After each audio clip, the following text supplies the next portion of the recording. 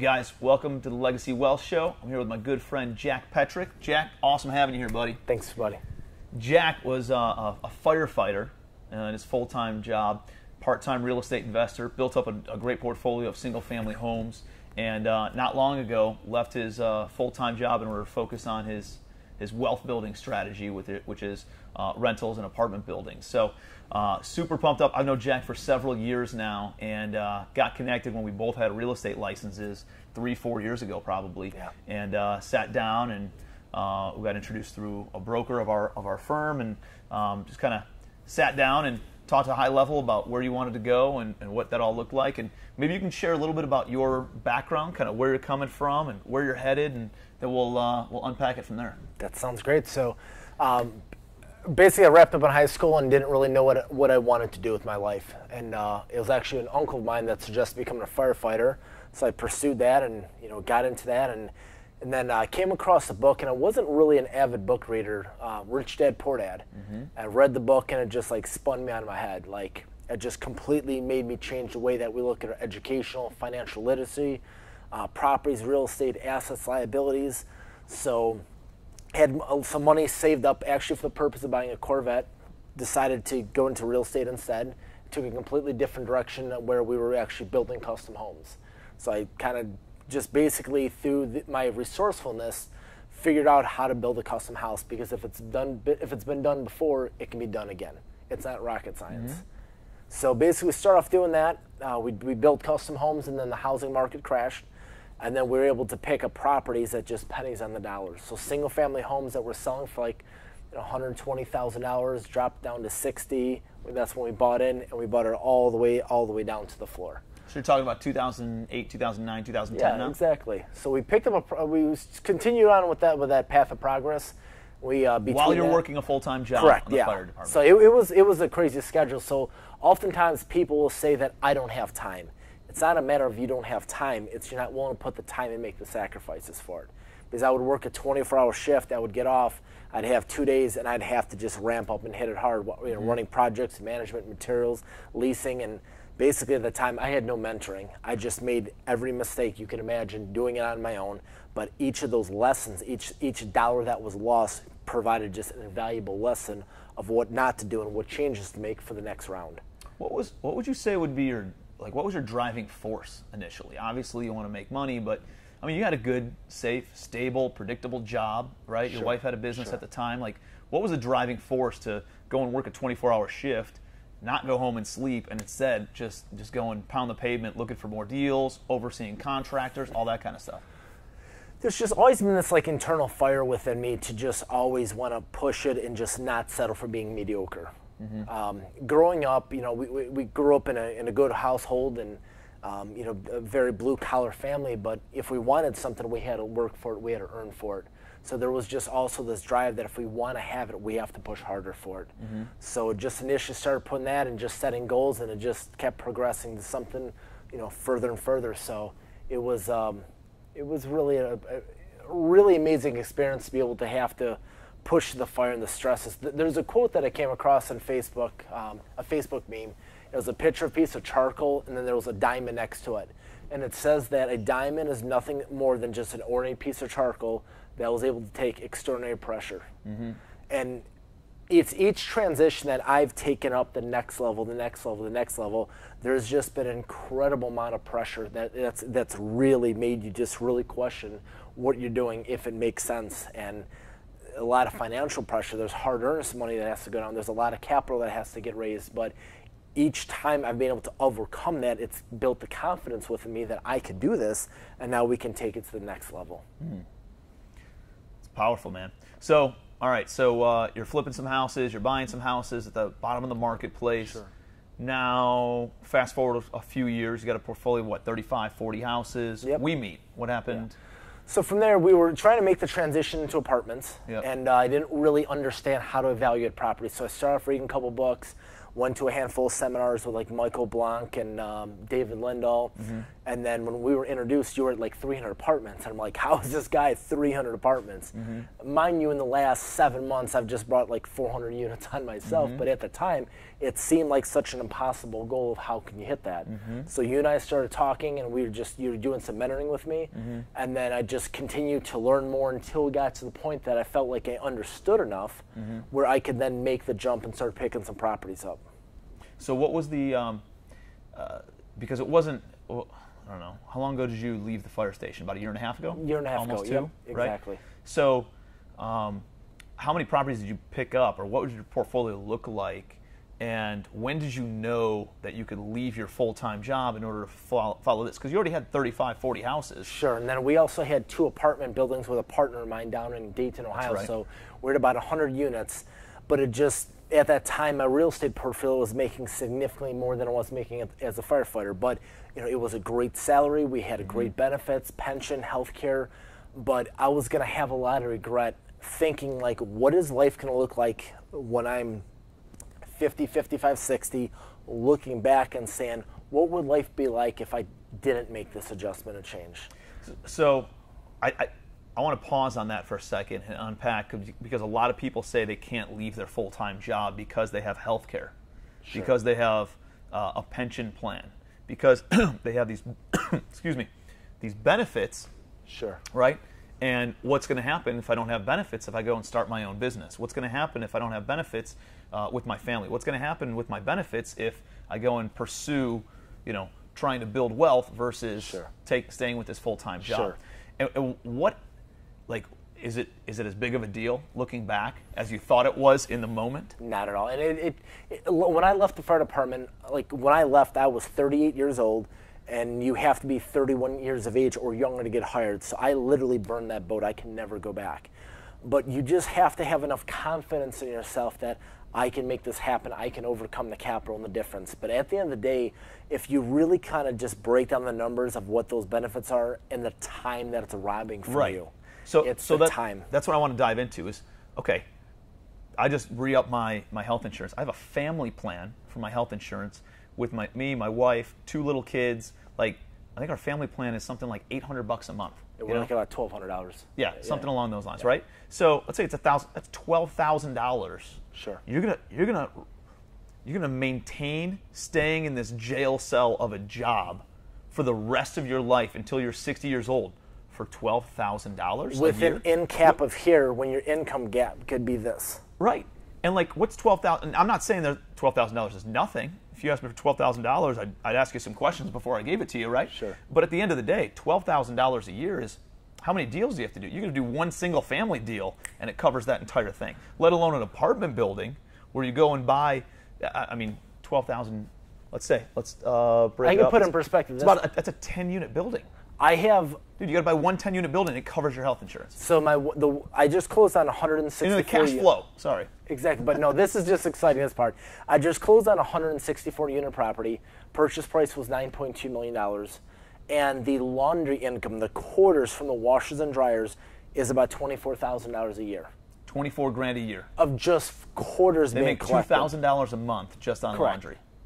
So we're hung up about $1,200 a month at healthcare, and we collect quarters. It was a 5-gallon bucket, brand new from Lowe's. It was 105.6 pounds. When I was picking the bucket up, it was mushrooming and almost ripping the handles off the bucket. There was that many quarters being collected. Every month, or what is that? Every month, every month. So it's just like we have to look at but what are you giving up for that healthcare, the benefits, the pension? You're giving up the next 30 years of your life, 15 years of your life for that, and it's not worth it. We can always make more money. We can't make up more time. Right. But just the financial upside of it is just a lot of times people that don't have an abundance mentality, they have a mentality of just scraping by. And I felt like growing up in our family, we had to be very frugal. And there was a point not too many years ago, I had like the gas app in my phone of like, who has the cheapest gas, or let's drive out to Michigan to get used tires for a truck, or you're either thinking about how do we save money, or you're thinking about how do we make more money. And most people aren't thinking about both and balancing it. It's one extreme or the other. But you can only pull back so often and so much. You can only cut so many expenses before you're at a point that your income just doesn't make those ends meet anymore. You have to focus on making more income. Yeah, right. It's limitless income potential versus a job where you have limited income potential. Sure. So even if you stayed in your job, how much longer would you have had to stay, and what would your pension have looked like if you did stay? So if I would have stayed, 25 years is the minimum that we can retire. You can obviously stay additional years and make additional income, but I'm just going to guess that pension at 25 years might be somewhere around $2,800 a month. So and how long were you on for? 15 years. 15. So if you would have had to stay another 10 years, are you still getting a pension now? Or do you no, so I drew the money out and I took that and just put it into deals. But you were able to extract what you would have made. It would have been $1,200 a month, leaving at 15 years. So for $1,200 a month, there was so much else I could do with that money. Holy cow, man! To have it turn and burn. So you legitimately have to do 1/5 of an apartment building deal in order to cover all those expenses. So in reality, all the benefits that you were walking away from that were so paralyzing internally for so many people, right? Yep. And the reality is, it's not as big of a deal as you might think. It's 1/5. If you do one deal, you're paying for that 5 times over. Think about that. So there was a 16-unit apartment building just right down the street from where you and I live at. I picked it up off market, got an incredible price, bought it for $530, putting a couple $100,000 into it. It's gonna be worth about 1.5 when we're done. So in the cash out refinance, we're gonna pull out probably about $300,000, and we're going to cash flow somewhere in the vicinity of about $55,000 a year. So that one 16-unit value-add property bought at the right price is almost gonna equal what my salary was at the fire department. Let alone the next deal, the next one, the next one, the next one. I love what Jack said about this thought in our head about not pursuing our dreams. A lot of people who are in jobs, they don't pursue their dreams, their long-term vision, their long-term goals because of this baseless fear that they're going to lose out on benefits, right? Health benefits and 401k and pension plans. And at the end of the day, hey, he would have made $25,000 a year, $30,000 a year in his pension plan, and he still had to wait another 10 years of working his tail off in order to earn that. Or he can go and buy one apartment building and make 3 times that in literally 6 months after he left his job. Same thing with the health insurance. A lot of people are paralyzed because of the thought of giving up health insurance to go start their own business. The reality is health insurance is less than $1,000 a month for a family plan. You can go out and get health insurance, and how many deals do you have to do? You have to do one single family deal, 1/5 of an apartment building deal or a commercial real estate deal in order to cover that forever, right? And so don't let that paralyze you. Don't focus on the fears, focus on the opportunities, right? Focus on the opportunity and the obstacle instead of vice versa. What's been the hardest transition going from single family into apartments, into having a full-time business, and into scaling up into apartments, leaving your full-time job and doing that? What's been the hardest transition and learning experience? The hardest transition really has been mindset, and just understanding it, and then just the confidence to do it, because it's some really big decisions to cut the cord on a full-time career and go into that realm of where I think I can do it. I'm not 100% sure. It's been a lot of mentoring. It's been a lot of time. It's been a lot of effort. It's been a lot of effort in putting that team together, and it's far more work than would have been just working as an employee. But that was something for me that it just was something I wasn't interested in doing. I hit a point where my potential was being capped and limited, and I had the drive to want to take it to the next level. What advice would you give a single-family investor who wants to scale into apartments?